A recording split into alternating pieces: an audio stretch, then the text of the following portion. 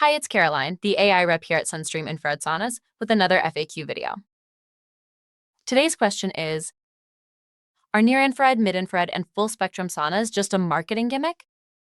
Sunstream saunas use far-infrared radiant heat, which heats the body effectively because it is well absorbed by the water content in the layers of our skin. This immediate absorption is what allows heat to be generated, which is then drawn deeper into muscles and joints through conduction.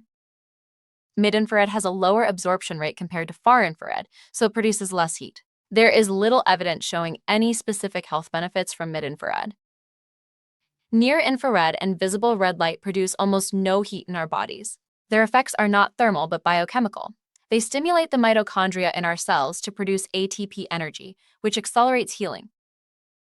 For near-infrared and red light to be effective, they must be delivered at high intensity, usually through a laser or LED device, placed very close to or directly against the skin.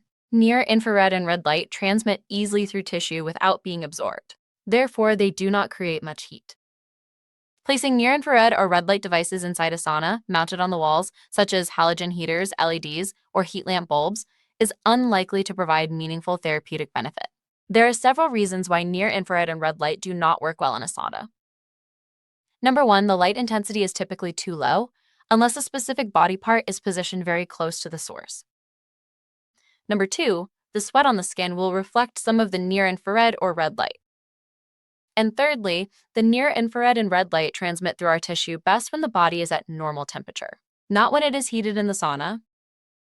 For those interested in near-infrared or red light therapy, also known as PBMT, photobiomodulation therapy, the most effective approach is to use a dedicated laser or LED device separately from a far-infrared sauna.